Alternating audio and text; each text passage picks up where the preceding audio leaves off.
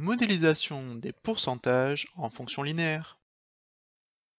L'objectif est de généraliser des calculs d'augmentation ou de réduction en pourcentage, comme par exemple une hausse de salaire ou une diminution de prix suite à des soldes.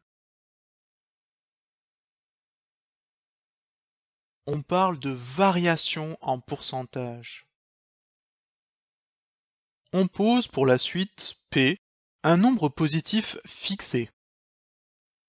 On considère aussi une quantité X d'une grandeur quelconque. Et on souhaite augmenter cette quantité X de P%. On part donc de la quantité initiale X et on cherche la quantité finale après une augmentation de P%. On va commencer par exprimer mathématiquement la phrase augmenter la quantité X de P%. Augmenter revient à additionner. La quantité X se traduit par X, tout simplement.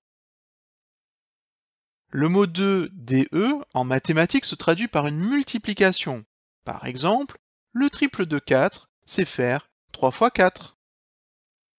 Enfin, P% signifie P sur 100.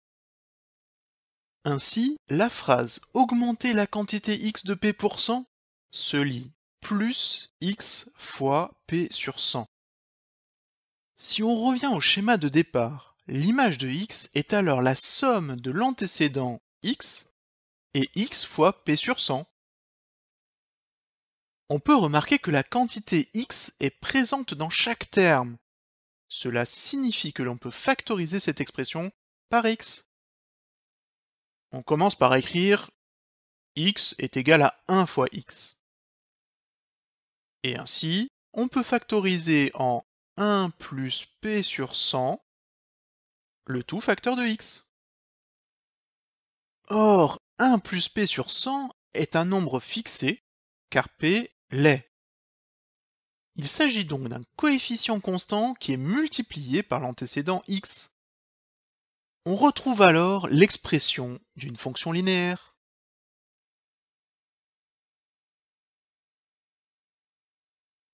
En résumé, une augmentation de P% est modélisée par la fonction linéaire f qui à un x lui associe 1 plus P sur 100, le tout facteur de x. Si on souhaite faire une diminution de la quantité x de P%, il faut cette fois soustraire au lieu d'additionner. On obtient donc qu'une diminution de P% est modélisée par la fonction linéaire g qui à un x lui associe 1 moins P sur 100, le tout facteur de x. Dans le cas d'une diminution, on doit cependant restreindre le pourcentage de diminution à un nombre inférieur à 100.